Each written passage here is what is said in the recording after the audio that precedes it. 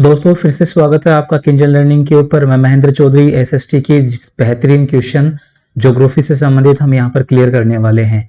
पिछले टॉपिक में हमने पढ़ा था वायुदाब और पवनों के बारे में, थ्योरी के बारे में।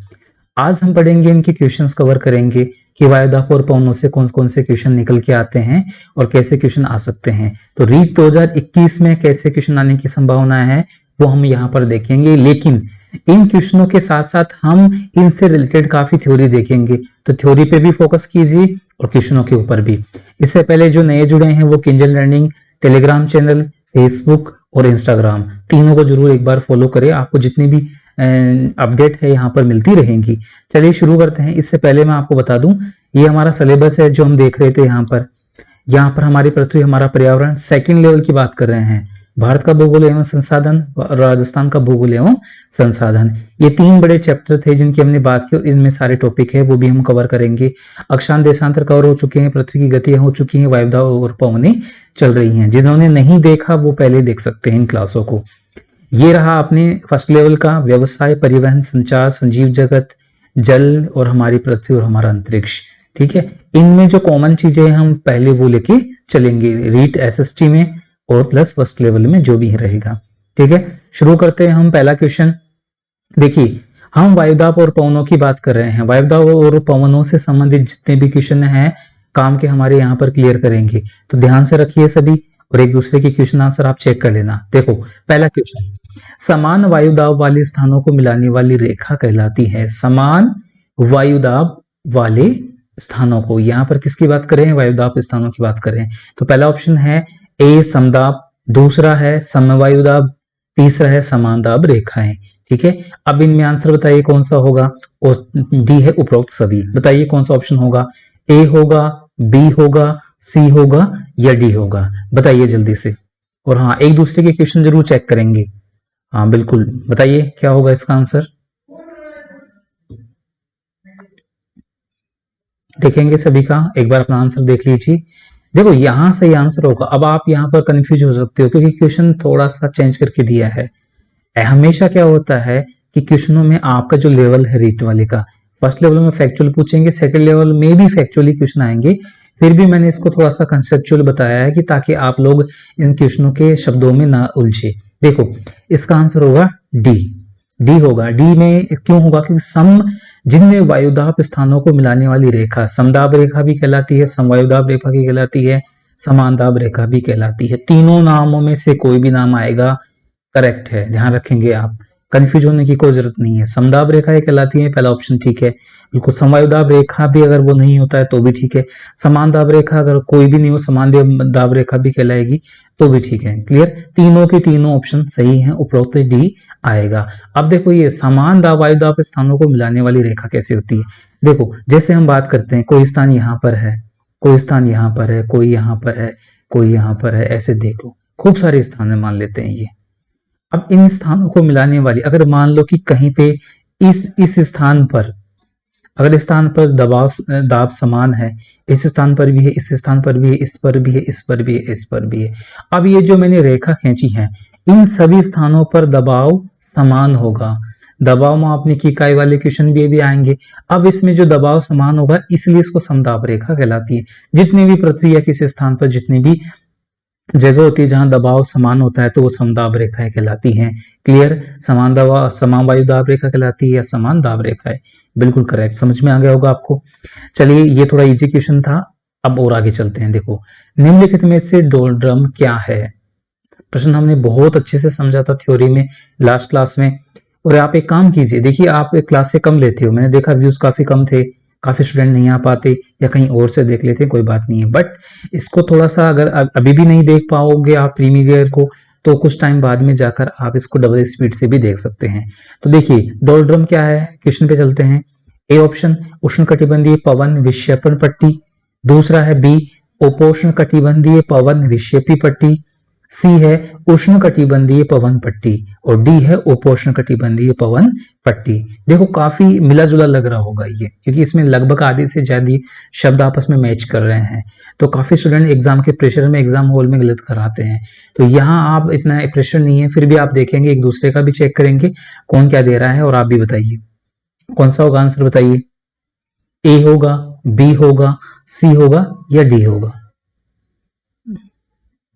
बताइए जल्दी से। बहुत अच्छे से पढ़ा था हमने डोलड्रम के बारे में। वे हवाएं जो घूमकर ऊपर की ओर जाती हैं। देखो इसका आंसर होगा उष्णकटिबंधीय पवन विक्षेपण पट्टी। ए ऑप्शन सही है। कैसे होगा ए ऑप्शन पवन विक्षेपण पट्टी? हमने बात की थी कि पृथ्वी के बीच में जो भूमध्य रेखा है वहां चारों तरफ से हवाएं आती हैं। क्लियर? चारों तरफ हवाएं आती हैं और फिर बीच में जैसे ये हवाएं आती हैं वो अधिक गर्मी की वजह से संवहनीय तरंगों के रूप में ऊपर उठ जाती हैं। क्लियर? तो ये उष्णकटिबंधीय क्षेत्र हो गया, प्लस पवन का विक्षेपण हो रहा है, जहां आ रही है वहां से ऊपर उठ रही है, ये ध्यान रखेंगे। और ये सी ऑप्शन भी इससे मिलता जुलता है। जैसे कैसे? ऑप्शन तो हमने काट दिया क्योंकि उष्णकटिबंधीय क्षेत्र में है, प्लस उष्णकटिबंधीय पवन पट्टी दे रखा है सी ऑप्शन में, विक्षेपण नहीं दे रखा, जबकि यहाँ विक्षेपण भी हो रहा है, इसलिए ऑप्शन ए सही आएगा। क्लियर? सभी को समझ में आ गया होगा अच्छे से। एक दूसरे का आंसर चेक कर लेंगे कौन किस तरीके से आंसर दे रहा है। देखो नेक्स्ट, निम्नलिखित में से कौन सा एक स्थानीय पवन है? स्थानीय पवन है जो साइबेरिया से बाहर की ओर प्रभावित होती है। साइबेरिया क्षेत्र कहाँ है? हमने बहुत अच्छे से मैप में देखा था साइबेरिया। देखिए ये स्थानीय पवन है। हम यहाँ पर किसकी बात करें? स्थानीय पवनों की। हमने पवनों में बात की थी कि पवनें तीन प्रकार की होती हैं, स्थायी होती है, सामयिक होती है और स्थानीय पवनें होती हैं। तीन प्रकार की पवनें हो गई है। चलो चलो बताइए। A option bora, B option buran, C option mistral और डी ऑप्शन है ब्लिजार्ड। बताइए क्या होगा इसका आंसर? मैंने अच्छे से आपको करवाया था, उस टॉपिक में से जो मैंने करवाया था आपको पवनों में से क्लियर है कि एक प्रश्न जरूर आएगा। और अगर आप पिछला वीडियो देख लोगे, 10-15 मिनट का वीडियो है, अगर आप थोड़ा सा लास्ट में पवने देखोगे तो उसमें आप एक नंबर पक्का हो जाएगा। फिलहाल यहाँ देखिए, यहाँ से भी क्वेश्चन आने की संभावना है। बताइए।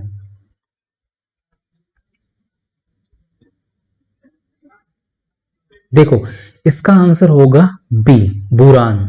बुरान होगी। देखो बोरान एक ऐसी हवा है जो ठंडी हवा है, स्थानीय पवन है। देखो हम जानते हैं कि पवनें भी दो प्रकार की होती हैं, एक गर्म और एक ठंडी। ये ठंडी पवन है बोरान, जो साइबेरिया से बाहर की ओर प्रवाहित होती है। देखिए यहाँ पर मैप में देखेंगे, ये रही बोरान, मिल गई होगी आपको बोरान। तो देखो बोरान ये है। इसके अलावा हमने क्या देखा था यहाँ पर? मिस्ट्रल, बोरा और ब्लिजार्ड। तो यहाँ देखेंगे तो मिस्ट्रल कहाँ पर है? ये रही। ये साइबेरिया का इलाका नहीं है, ये हम जानते हैं ये एशिया का इलाका है, और ये साइबेरिया का इलाका, इस साइबेरिया के इलाके में चलती हैं। ठीक है, बोरा ये रही।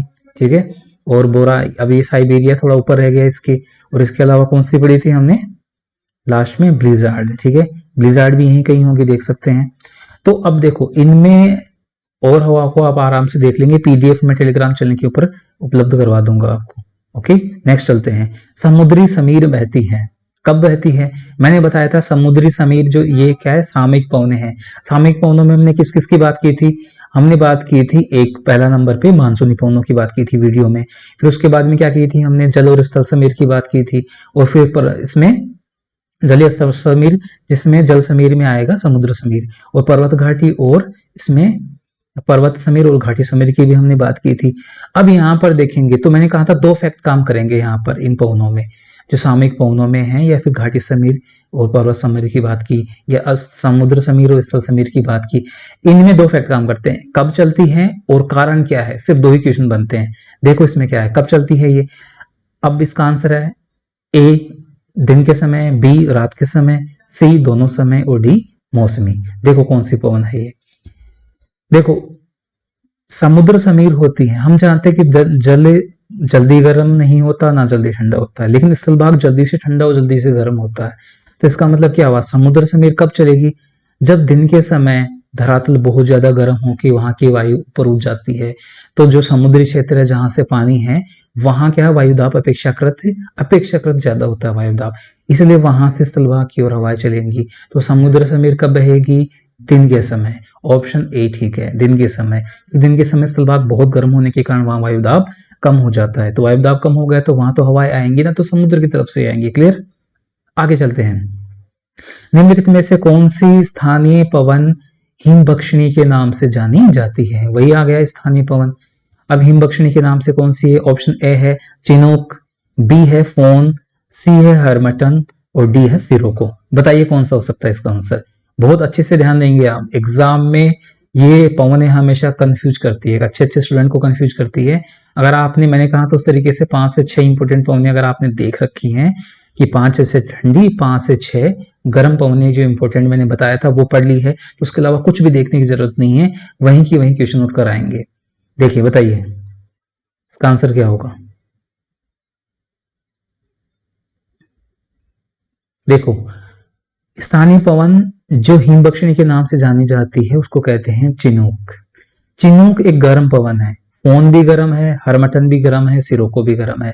चारों की चारों पवने इंपॉर्टेंट है और ये गर्म पवने हैं। यहां से क्लियर कर लेना, चारों क्या है, गर्म पवने। पीडीएफ में टेलीग्राम चैनल किंजल लर्निंग पर डलवाऊंगा, वहां से आप देख लेना, सारी की सारी क्या है, ये गर्म पवने हैं, गर्म।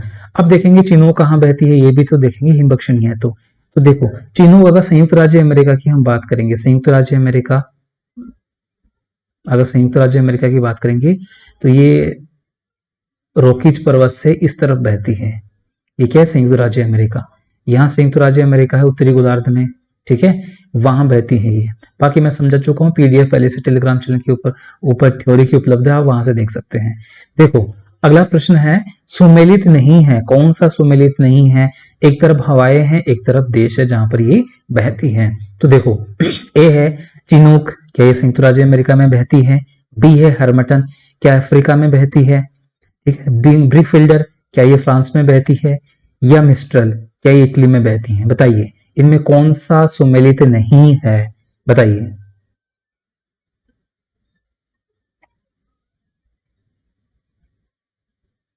जल्दी से बताइए, बहुत अच्छे से मैंने इस टॉपिक को समझाया था। अब आप, अगर आपने अच्छे से क्लास ली होगी तो इनका आंसर आप विद इन 5 सेकंड दे सकते हैं। देखो चिनूक हवाएं संयुक्त राज्य अमेरिका या उत्तरी अमेरिका में बहती हैं, ये करेक्ट है, ठीक है। हरमटन अफ्रीका में बहती है, बिल्कुल अफ्रीका में, ये भी गर्म है। ब्रिकफिल्डर बताइए, या मिस्ट्रल, दोनों में से कौन सी हो सकती है। तो देखो ब्रिकफिल्डर फ्रांस में नहीं बहती, मिस्ट्रल इटली और फ्रांस के आसपास बहती है। देखेंगे इसका आंसर, सी आंसर होगा इसका, ठीक है, ब्रिकफिल्डर। अब देखेंगे ये है कहां कहां पर। देखो ये विश्व का जितनी भी जो इंपॉर्टेंट है वो मैंने दे रखी है। अब देखो हमने कौन सी देखी थी, चिनूक पहले, ठीक है, ये चिनूक फर्स्ट नंबर पे, ये रही चिनूक, दिख रही होगी, ये रॉकीज पर्वत श्रेणी है, यहाँ से इस तरफ बहती है, ये अमेरिका है, क्लियर हो गया है। अब दूसरे नंबर पे हमने क्या देखी थी, यहाँ देखो हरमटन अफ्रीका, ये रहा अफ्रीका महाद्वीप, ये रही हरमटन, क्लियर हो गया है। तीसरे ऑप्शन पे क्या दे रखा था, देखो तीसरे में हमने देखा ब्रिकफिल्डर। अब देखो ब्रिकफिल्डर कहां पर है, ये रही ब्रिकफिल्डर, कहां पर है ये है ऑस्ट्रेलिया, ऑस्ट्रेलिया के पश्चिमी भाग में बहती है, ठीक है, दक्षिण पश्चिमी भाग में ब्रिकफिल्डर, क्लियर हो गया। वही ब्रिकफिल्डर जैसे हरमटन है वैसे ही ब्रिकफिल्डर है। हरमटन को डॉक्टर पवन कहते हैं, लेकिन ब्रिकफिल्डर को वैसी स्वास्थ्य का जलवायु प्रदान करती है, इसलिए हरमटन के समकक्ष मानी जाती है। अब देखो, अब हमने किसकी बात की थी यहाँ पर, मिस्ट्रल, और इसमें मिस्ट्रल की बात की थी, ये देखो मिस्ट्रल, इसमें ये रही मिस्ट्रल, ठीक है, इटली और फ्रांस के पास में बहती है, क्लियर हो गया होगा। बाकी आप देख सकते हैं, हमने बुरान पढ़ चुके हैं, हम बाकी अन्य चीजें भी हम पढ़ चुके हैं, इनके नाम देख सकते हैं आप, ठीक है। यहाँ से आप पीडीएफ में एक बार इसको अच्छे से देख लेना। जो मैं क्वेश्चन लेके आ रहा हूँ लगभग 19 से प्रश्न आपके रीट में बनेंगे, तो आप इनको अच्छे से एक बार चेक कर लेना, कहीं देखने की जरूरत नहीं है, बस बहुत है ये आपके लिए। देखो अगला प्रश्न, कौन सी वायु स्विट्जरलैंड में उत्तरी आल्प्स पर्वत के विमुख ढाल पर बहती है। कौन सा है, स्विट्जरलैंड की बात की है यहाँ पर, और पर्वत कौन सा है, आल्प्स पर्वत के विमुख ढाल पर बहती है, मतलब उसके उत्तर की ओर बहती है। तो कौन सी हो सकती है, A foehn, B mistral, sirocco, chinook, बताइए कौन सी है। अभी हमने थोड़ी देर पहले ही देखा था, आप उससे अंदाजा लगा सकते हैं कि कौन सी हो सकती है, तो जल्दी से बताइए कौन सी है।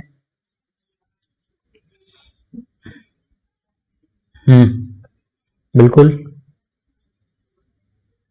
देखो हम टाइम वेस्ट नहीं करेंगे, यहां पर आएगा फोन, क्लियर। फोन, मिस्ट्रल के बारे में हमने बात की, सिरोको, चुनूकी, चिनूक के बारे में अभी हमने बात कर ली थी। यहाँ पर एक अलग क्या है, फोन, ठीक है। अभी हमने क्वेश्चन पढ़ लिया इसलिए हमें पता चल गया होगा, आपने अंदाजा लगा लिया होगा, लेकिन एग्जाम में क्वेश्चन बहुत अलग अलग आएंगे, तो उसमें ध्यान रखना कि ये कौन सी है। देखिए अगर हम फोन की बात करेंगे तो ये यहाँ पर है, देखो मैप में ये रही फोन, और ये स्विट्जरलैंड ठीक इससे ऊपर देश है, वहां पर बहती है ये।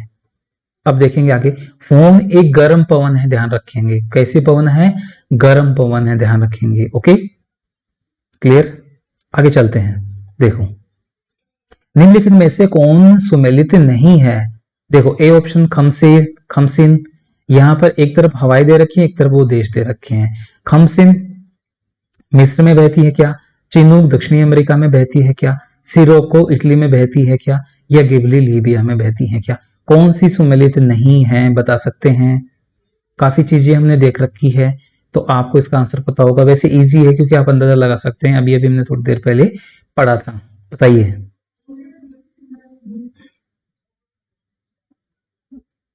ठीक है, देखो इसमें आंसर होगा चिनूक।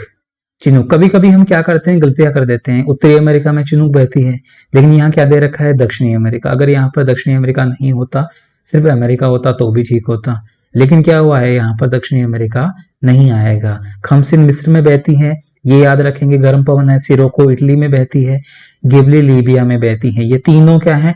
गर्म पवन है। चिनूक भी गर्म है, चारों की चारों गर्म पवने हैं, लेकिन देशों के नाम देख सकते हैं। अब यहाँ चिनूक तो समझ में आ गया होगा आपको, लेकिन खमसिन मिस्र में बहती है, ये ध्यान रखना। ये प्रश्न भी आ चुका है, मैंने थ्योरी में नहीं समझाया, यहाँ बता रहा हूँ आपको। सिराको इटली में जा बहती है, गिबली लीबिया में बहती है। नाम और देश अच्छे से देख लेना, इनके ऑप्शन भी में से भी क्वेश्चन बन के आ सकता है, तो ऑप्शनों का भी आप ध्यान रखेंगे। क्लियर। नेक्स्ट देखते हैं। देखो, गरजती चालीसा, प्रचंड पचासा, चीखती साठा क्या है? बहुत अच्छे से मैंने ये थ्योरी में बताई थी, बताइए। ए ऑप्शन, क्या यह समुद्री तूफान है? बी ऑप्शन, दक्षिणी गोलार्ध में पश्चिमी पवने हैं। क्या है दक्षिणी गोलार्ध में पश्चिमी पवने? या उत्तरी गोलार्ध में पश्चिमी पवने हैं? या प्रशांत महासागर की धाराएं हैं? बताइए क्या हो सकता है, जल्दी से आंसर दीजिए।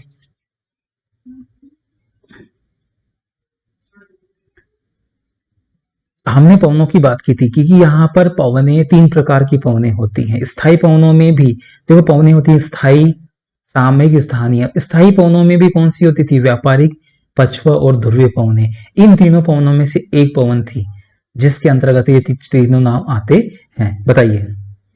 देखिए सीधे आंसर पे चलते हैं आप। बी आंसर है, ठीक है। दक्षिणी गोलार्ध में पश्चिमी पवने कहलाती हैं। प्रचंड चालीसा, प्रचंड पचासा, गरजती चालीसा, प्रचंड पचासा और चीखता साठा।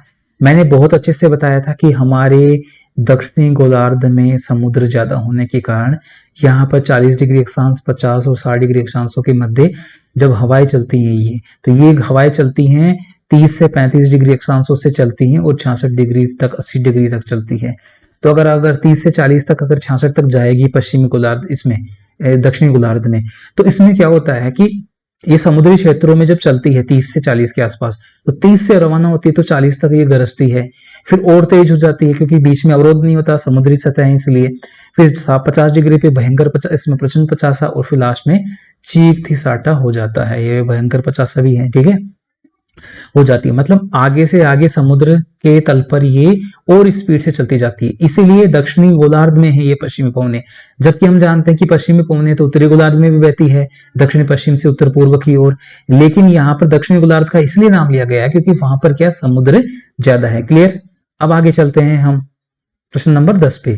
व्यापारिक पवने कहाँ चलती हैं? बताइए। व्यापारिक पवने हमने ये भी बहुत अच्छे से क्लियर किया था। व्यापारिक पवने मैंने कहा था स्थायी पवनों में आती हैं व्यापारिक पवने, तो स्थायी व्यापारिक पवने, पछुआ पवने और ध्रुवीय पवने, तीनों पवनों की बात की थी हमने स्थायी पवनों में।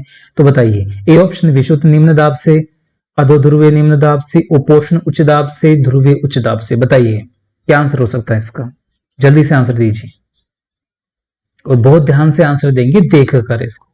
तीनों चारों ऑप्शनों को अच्छे से पढ़ेंगे कि ऐसा नहीं हो कि पहला ऑप्शन आपको सही लग रहा हो और दूसरा ऑप्शन वो हो रहा हो, क्या नाम है, और अच्छा हो, तीसरा ऑप्शन और अच्छा हो। तो ये देख सकते हैं, सारे ऑप्शनों को अच्छे से देखकर एनालिसिस करके, कोई अगर हार्ड क्वेश्चन आ रहा तो उसको 2 बार पढ़ना आप लोग, क्योंकि आपके माइनस मार्किंग नहीं है, लेकिन फिर भी आपने गलती कर दी तो देखो माइनस मार्किंग नहीं होती तो सबके परसेंटेज हाई जाते हैं, लेकिन माइनस मार्किंग का एक सबसे बड़ा नुकसान आप जानते हो, माइनस मार्किंग में जो तुक्के लगा दिए तो किसी की किस्मत भी काम करती है। तो ध्यान रख लेना, इतना फर्स्ट ग्रेड सेकंड ग्रेड इतना हार्ड नहीं है जितना रीट है, क्योंकि यहाँ पर किसी की किस्मत काम कर गई तो सारी बल्ले बल्ले हो जाएगी। और आपको पता है किसी ने भी तुक्का लगा दिया, तुक्के सही निकल गए 10 भी, किस्मत से, तो वो आगे निकल जाएगा। और लाखों स्टूडेंट बैठते हैं, तुक्के लगने के चांसेज हैं, और कोई भी ऐसा स्टूडेंट नहीं होगा जो क्वेश्चन कम करके आएगा, सब पूरे के पूरे करके आएंगे। बताइए कहां से चलती है, ध्यान रखेंगे, यहां ऑप्शन यहां दे रखा है कहां से चलती है, ये ध्यान रखेंगे। तो देखो आंसर आएगा उपोष्ण उच्च दाब से। हम जानते हैं कि 30 डिग्री और 30 डिग्री से 35 डिग्री जहाँ उच्च दाब क्षेत्र होता है, वहां से विषुवत रेखा की तरफ हवाएं चलती हैं। हमने देखा था बहुत अच्छे से, ये विषुवत रेखा और ये 30 डिग्री उत्तरी अक्षांश, 30 डिग्री दक्षिणी अक्षांश, यहां से उच्च दाब से निम्न दाब की ओर हवाएं चलती हैं। बहुत अच्छे से हमने थ्योरी में समझा था, बहुत अच्छे से। और यहाँ पर इस बीच में पहुंचकर हवाएं क्या हो जाती हैं, गर्मी पाकर ऊपर उठ जाती हैं। क्लियर? नेक्स्ट देखते हैं। देखो इसमें और समझ लेते हैं अच्छे से। देखो ये रहा, ये विषुवत रेखीय क्षेत्र, और ये क्या है, उच्च दाब दिख रहा होगा। उच्च दाब से यहाँ पर विषुवत रेखीय क्षेत्र की तरफ हवाएं चल रही हैं। और हमने वहां पर क्या पढ़ा था, देखो कहां से चलती है, तो कहां से चलेगी, तो रवाना तो यहां से हो रही है ना, तो जहां से रवाना हो रही है तो उपोष्ण उच्च दाब ही इसका आंसर आएगा। क्लियर हो गया है ये? ठीक है, उपोष्ण उच्च दाब से। अभी हमने देखी थी पछुआ पवनी, ये रही पछुआ पवनी, दिख रही है पछुआ पवनी। क्लियर? इनकी दिशा भी देख लेना, कभी कभी दिशाओं से संबंधित प्रश्न भी पूछ लेते हैं। और 30 से 60 डिग्री अक्षांशों के बीच में, और 30 से 0 डिग्री नीचे अक्षांशों के बीच में, दोनों हैं अलग अलग। ठीक है, आगे चलते हैं। देखो व्यापारिक हवाएं, ट्रेड विंड्स, ठीक है, किन अक्षांशों से किन अक्षांशों की ओर बहती है। देखो सवाल वैसे ही सवाल अभी पूछा था मैंने, कौन सा था, देखो व्यापारिक पवनें कहां से चलती हैं, और अब प्रश्न बन रहा है व्यापारिक हवाएं किन अक्षांशों से किन अक्षांशों की ओर बहती है। अभी हमने बात की थी, ऑप्शन देखो ए, विषुवत रेखा से उष्णकटिबंध की ओर। दूसरा ऑप्शन उष्ण कटिबंध से विषुवत ध्रुवीय क्षेत्रों की ओर। तीसरा है अश्व अक्षांशों से विषुवत रेखा की ओर। या डी ऑप्शन है उपयुक्त सभी। क्या ये सभी है? देख सकते हैं आप, बताइए जल्दी से इसका आंसर। थोड़ा सा घुमाकर पूछा है, और थ्योरी में मैंने बहुत अच्छे से बता दिया था कि जरूरी नहीं कि 30 डिग्री, 60 डिग्री, 20 डिग्री, 10 डिग्री कुछ भी दे, नहीं देता, इनके अन्य नाम है, उसी से भी ऑप्शन बना देता है। बताइए कौन सा होगा? बहुत ध्यान से पढ़ के आंसर देंगे।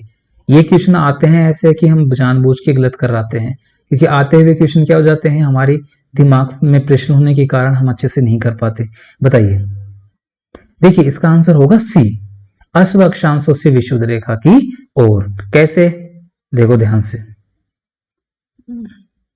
देखो यहां पर हम जानते हैं कि 30 से 35 डिग्री, ये रही 30 डिग्री, 30 से 35 डिग्री अक्षांश से क्या होते हैं, अश्व अक्षांश होते हैं। और हमने कहा था व्यापारिक पवनें वहां से शुरू होती हैं, तो वहां से अश्व अक्षांशों से कहां शुरू हुई, विषुवत रेखा की ओर। ये रही 0 डिग्री विषुवत रेखा, यहां से या 30 डिग्री से 0 डिग्री के मध्य चलिए, तो 30 डिग्री को अश्व अक्षांश, 0 डिग्री कहां हो गई है, इसमें विषुवत रेखा की ओर। अक्षांश नहीं दे रखा, डिग्री नहीं दे रखी, सिर्फ अश्व अक्षांश से विषुवत रेखा की ओर, और या फिर 30 से 35 डिग्री अक्षांशों से 0 डिग्री अक्षांश की ओर। क्लियर होगा बहुत अच्छे से, और देख लेना। आगे चलते हैं। हाँ, इनमें से पहले ऑप्शन देख सकते हैं। देखो ठीक है, यहाँ ऑप्शनों में कुछ नया नहीं बन रहा, तो हम और दूसरे ऑप्शन देख लेंगे। देखो वायुदाब की कुल कितनी पेटियां हैं, बहुत सिंपल क्वेश्चन है, फिर भी हम गलत कराते हैं। बताइए वायुदाब की कुल कितनी पेटियां हैं। मैंने बहुत अच्छे से बार बार 3 से 4 बार बताया था कि कितनी पेटियां हैं। 6 हैं, 7 हैं, 8 हैं, 9 है। बताइए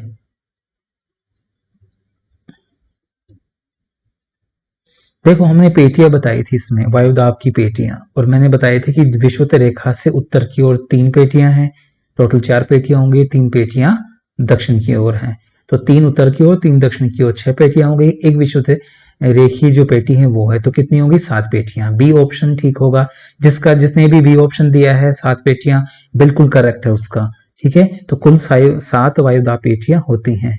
ठीक है, 7 होती हैं। एक बार दोबारा देख लेंगे। यहाँ पर देखो ये 1 नंबर की पेटी हो गई, ये दूसरी नंबर की, ये तीसरी नंबर की, ये चौथे नंबर की पेटी हो गई है। ठीक है, ऐसे 4 तो ये हो गई हैं विषुवत रेखा से, 3 उत्तर की ओर, 3 दक्षिण की ओर हो जाएंगी, तो कितनी हो गई हैं, 7 पेटियां कुल हो गई हैं। अच्छे से देख लेना एक बार इसको पीडीएफ में आप लोग। देखो आगे चलते हैं। वायुदाब की खोज किस वैज्ञानिक द्वारा की गई थी, ये हमने क्लास के शुरुआत में ही समझ लिया था थ्योरी की क्लास में। तो ऑप्शन क्या होगा, Terry Sally, B option Muric, C option George Benson और डी ऑप्शन है जॉर्ज पैट्रिक। बताइए कौन सा ऑप्शन सही होगा, जल्दी से आंसर दीजिए। जितने भी हम, एक बार क्लास को शेयर कर देना दोस्तों से, सभी दोस्तों से शेयर कीजिए क्लास को, ताकि आपके जितने भी हैं कोई टॉपिक यहां से नहीं छूटे। बताइए।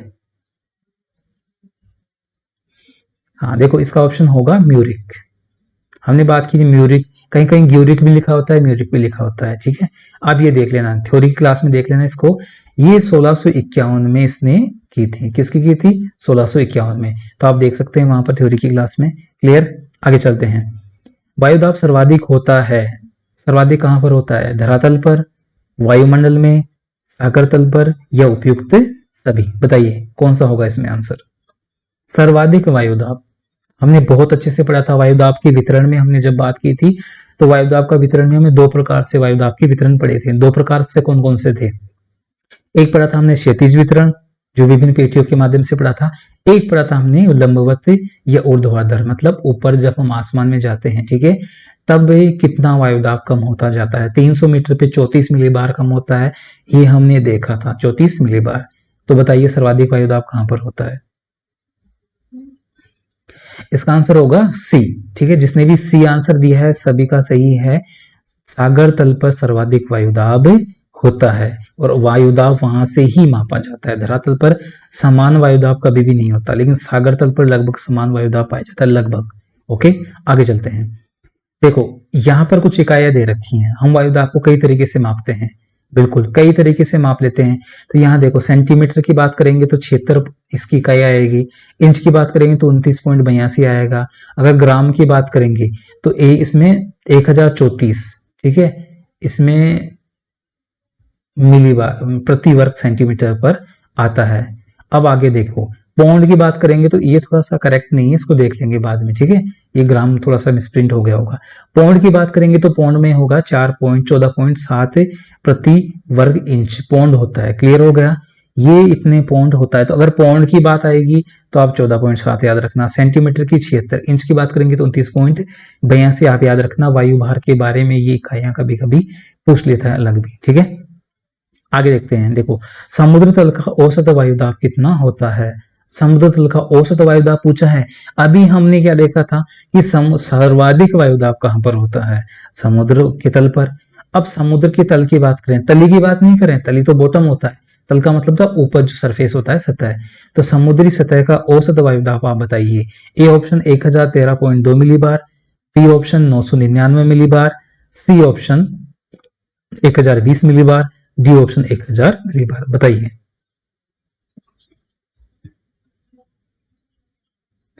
जल्दी से इसका आंसर बताइए। और कौन कौन जुड़ चुका है क्लास में, अपने दोस्तों को शेयर कर दीजिए। और हाँ, लाइक करना बिल्कुल ना भूले, जरूर क्लास को लाइक कीजिए अगर आपको क्लास अच्छी लगी है। देखो क्लास आपको अच्छी लगे कैसी भी लगे, मैं एक बात आपको बता देता हूँ, यहाँ से प्रश्न आएंगे, थ्योरी से नहीं तो क्वेश्चनों से नहीं सीखो तो थ्योरी से क्वेश्चन जरूर आएंगे 2021 वाली रीट में।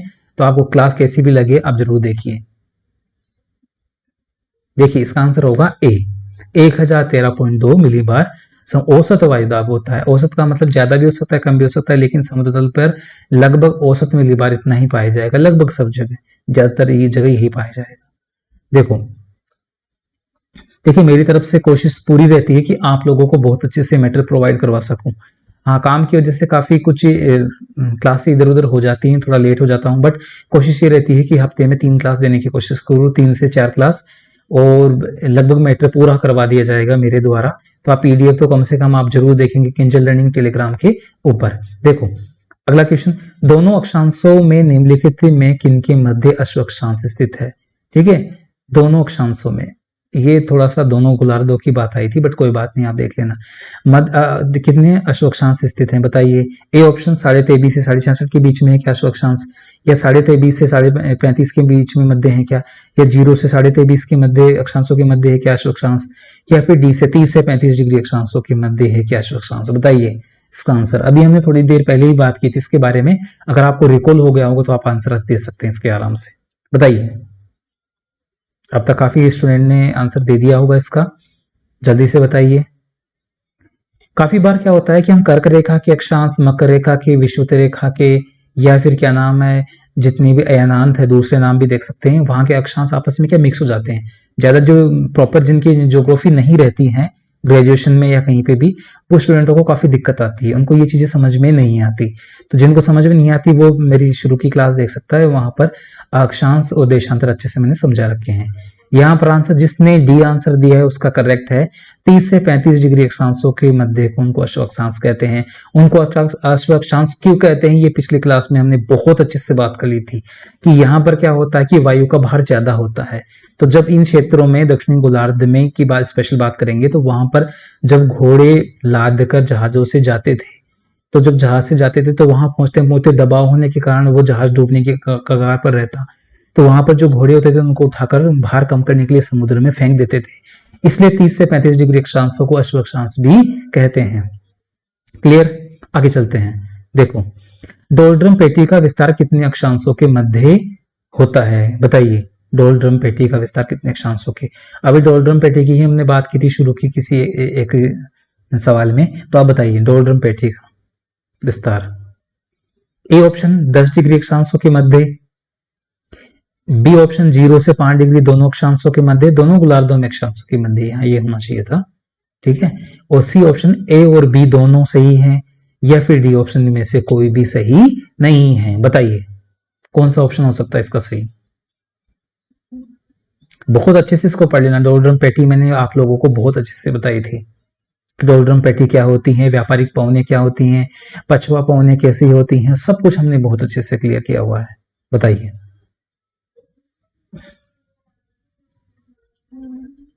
देखो यहां पर आंसर आएगा, जिसने सी आंसर दिया है उसका करेक्ट है, ए और बी दोनों। बहुत ध्यान से समझेंगे। अगर हम बात करेंगे, आगे देखते हैं, अगर आगे नहीं है, ठीक है। देखो हमने बात की थी कि यहां पर 0 डिग्री से 5 डिग्री उत्तरी अक्षांश और दक्षिणी अक्षांश, ठीक है। यहाँ पर 5 डिग्री, ये 0 डिग्री और ये 5 डिग्री, इनके मध्य डोलड्रम पेटी पाई जाती है। कहने का मतलब यहाँ पर वायु गर्म होकर ऊपर उठती है। क्लियर? तो ये डोलड्रम पेटी का विस्तार होता है। कहीं कहीं 8 डिग्री भी होगा, ध्यान रख लेना आप। लेकिन यहाँ पर क्या होगा, 0 डिग्री से 5 डिग्री दोनों अक्षांशों के मध्य की बात की गई है, ध्यान रखना बहुत अच्छे से। अब यहाँ पर क्या होता है कि यहाँ पर ऑप्शन 2 सही कैसे आ रहे हैं। 10 डिग्री अक्षांशों के मध्य, ये भी सही है, और 0 से 5 डिग्री दोनों गोलार्धों में अक्षांशों के मध्य भी सही है। दोनों ऑप्शन सही हैं। ठीक है। कैसे हैं बताओ। यहाँ 5 डिग्री तक हो गया, 0 से यहाँ 5 हो गया, अगर दोनों को हम मिलाते हैं तो कितना हो गया है, ये पूरा इलाका 10 डिग्री अक्षांशों के मध्य वाला हो गया। इसलिए दोनों ऑप्शन सही हैं। हालांकि दोनों को दोनों कभी नहीं पूछते, मैंने दोनों को इसलिए इस ऑप्शन में डाला है ताकि अगर आपको एक आ जाए कि 10 डिग्री अक्षांशों के मध्य, तो भी आपका करेक्ट है। लेकिन अगर 0 से 5 डिग्री अक्षांशों के मध्य आ गया तो ये करेक्ट होगा सबसे पहले। अगर सी ऑप्शन में ए और बी दोनों नहीं दे रखा वहां पर, और ये दोनों दे रखे हैं, तो आप 0 से 5 डिग्री अक्षांशों के मध्य ध्यान रखोगे। ठीक है, कितने अक्षांशों के मध्य होता है, तो ये करेक्ट होगा 0 से 5। बाकी ए और बी दोनों सही हैं, ध्यान रखेंगे आप। ठीक है, आगे देखते हैं। समझ में आ गया होगा आपको। नहीं समझ में आया तो आप कमेंट बॉक्स में लिख सकते हैं कि सर ये चीज समझ में नहीं आई, या ये टॉपिक पहले करवा दो। जो आपको हार्ड टॉपिक लग रहे हैं आप कमेंट बॉक्स में लिख सकते हैं, मैं आपको पहले करवा दूंगा। क्लियर? बाकी हम लगातार चल रहे हैं। ये अंतिम सवाल है हमारा, वायुदाब मापने की इकाई क्या है, इकाई पूछ रहे हैं। A option barometer, B option pascal, C option millibar, और डी ऑप्शन बी और सी दोनों। बताइए क्या हो सकता है इसका आंसर। ये तीनों के तीनों ही वायुदाब से संबंधित है, मैं आपको बता दूं। आंसर आप बताइए, आप बताइए आंसर।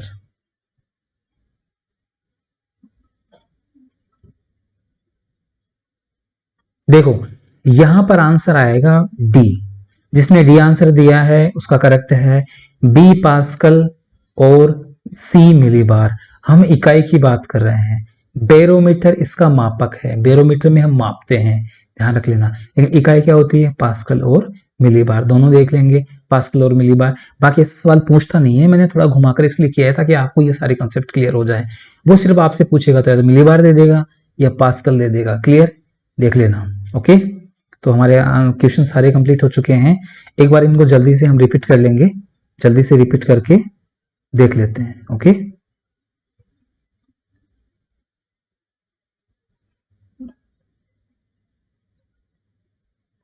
सारे यहाँ एक बार अपन रिपीट करते हैं, 2 मिनट में रिपीट करते हैं, आपको फिर दोबारा देखने की जरूरत नहीं पड़ेगी, आपके पास वैसे भी बहुत कम टाइम है। देखो देखो पहला सवाल था समान वायुदाब वाले स्थानों को मिलाने वाली रेखा क्या कहलाती है। तो ये सारे ऑप्शन सही थे, समदाब, समवायुदाब और समान दाब रेखाएं। क्लियर होगा। किताबों में समदाब रेखाएं दे रखी हैं, एक कोई ऑप्शन दे रखा है, बट ये कहीं से पूछा गया था किसी एग्जाम में, याद नहीं है मुझे, बट पूछा गया था तो ये 3 ऑप्शन दे रखे थे, 3 नहीं उसमें 5 ऑप्शन दे रखे थे वैसे। देखो निम्नलिखित में से डोलड्रम क्या है। तो हमने देखा था डोलड्रम क्या है, उष्ण कटिबंधीय पवन विक्षेपण पेटी है जो विषुवत रेखा के पास में पाई जाती है। क्लियर। अब देखो निम्नलिखित में से कौन सा एक स्थानीय पवन है जो साइबेरिया से बाहर की ओर प्रवाहित होती है। साइबेरिया से बाहर की ओर, साइबेरिया कहाँ है, हम जानते हैं साइबेरिया उत्तरी एशिया का एक भाग है। क्लियर। तो यहां पर आंसर आएगा बोरान। देखो ये हो गया था। समुद्री समीर बहती है, दिन के समय बहती है, हम जानते हैं कि स्थल और जल समीर में अंतर होता है, स्थल भाग जल्दी से ठंडा जल्दी से गर्म होता है, दिन के समय गर्म होने के कारण हवाएं समुद्र की तरफ से चलती है, इसलिए समुद्री समीर कहलाएगा। और अगर हम देखेंगे स्थल समीर तो वो रात को बहती है, ये भी आप देख सकते हैं। अब आगे देखते हैं निम्नलिखित में से कौन सा स्थानीय पवन हिमपक्षणी के नाम से जानी जाती है। चिनूक होती है, संयुक्त राज्य अमेरिका और कनाडा में बहती है। अगर एक ऑप्शन आए संयुक्त राज्य अमेरिका तो संयुक्त राज्य अमेरिका ही करेंगे आप। ठीक है, चिनूक है उत्तरी अमेरिका के संयुक्त राज्य अमेरिका में बहती है। हिमपक्षणी कहते हैं ये, हिमपक्षणी इसलिए कहते हैं क्योंकि ये जब रॉकीज पर्वत श्रेणी से आगे जाती हैं और उत्तर पूर्व की ओर बहती है तो ये समुद्र, ये गर्म पवन होती हैं, ये पहाड़ों से जब नीचे की ओर उतरती हैं तो ये क्या होती हैं, गर्म होने के कारण वहां की बर्फ को पिघला देती है, इसलिए इसको हिमपक्षणी कहते हैं। आगे देखते हैं सुमेलित, कौन सा सुमेलित नहीं है। तो चिनूक संयुक्त राज्य अमेरिका में बहती है, हर्मटन अफ्रीका में बहती है, बिग फिल्टर फ्रांस में नहीं बहती, वो ऑस्ट्रेलिया में बहती है। ठीक है, तो सी ऑप्शन इसका ये आंसर आएगा। और इसमें मिस्ट्रल इटली भी और फ्रांस में बहती है, ये भी हमने देख लिया। ये सारी हवाएं इंपॉर्टेंट थी जिसकी भी हमने बात कर ली। देखो स्विट्जरलैंड में उत्तरी अल्प्स में विमुख ढाल पर कौन सी पवन बहती है, तो हमने देखा था फोन बहती है। क्लियर। आगे हमने देखा निम्नलिखित में से कौन सी सुमेलित नहीं है। खमसिन मिस्र में सुमेलित है, चिनूक दक्षिणी अमेरिका में नहीं, उत्तरी अमेरिका में, तो ये सुमेलित नहीं है, बी आंसर आएगा। सिरोको इटली में है, क्लियर है। गिबली लीबिया में, क्लियर है। आगे चलते हैं। देखो ग्रस्ता चालीसा, प्रचंड या भयंकर पचासा एवं चीकता साठा क्या है, चीकता साठा। देखो तो ये क्या है, एक दक्षिणी गोलार्ध में, बी ऑप्शन आएगा, दक्षिणी गोलार्ध में पश्चिमी पवने हैं बहने वाली। क्लियर। आगे चलते हैं। व्यापारिक पवने कहां से चलती हैं, कहां से पूछा है इस ऑप्शन में, तो थोड़ा सा आप क्वेश्चनों का भी ध्यान रखेंगे, गलत ना हो जाए। यह उपोष्ण उच्च दाब से इसमें विषुवत रेखी निम्न दाब की ओर चलती है, ध्यान रखेंगे। आगे चलते हैं। ये इसमें हमने देख लिया था किस तरीके से पवने बहती हैं। फिर से आ गया व्यापारिक पवने ट्रेड विंड्स की नक्षांशों से नक्षांशों की ओर बहती है, तो हमने देखा था 30 से 35 डिग्री अश्व अक्षांशों से विषुवत रेखा की ओर बहती है, ऑप्शन सी करेक्ट था। ओके आगे चलते हैं। सॉरी, वायुदाब की कुल कितनी पेटियां हैं, हमने देखा था कितनी पेटियां हैं, वायुदाब की 7 पेटियां होती हैं। 7 पेटियों में विषुवत रेखीय निम्न वायुदाब पेटी, फिर उच्च दाब, फिर निम्न दाब और फिर उच्च दाब। क्लियर हो गया है।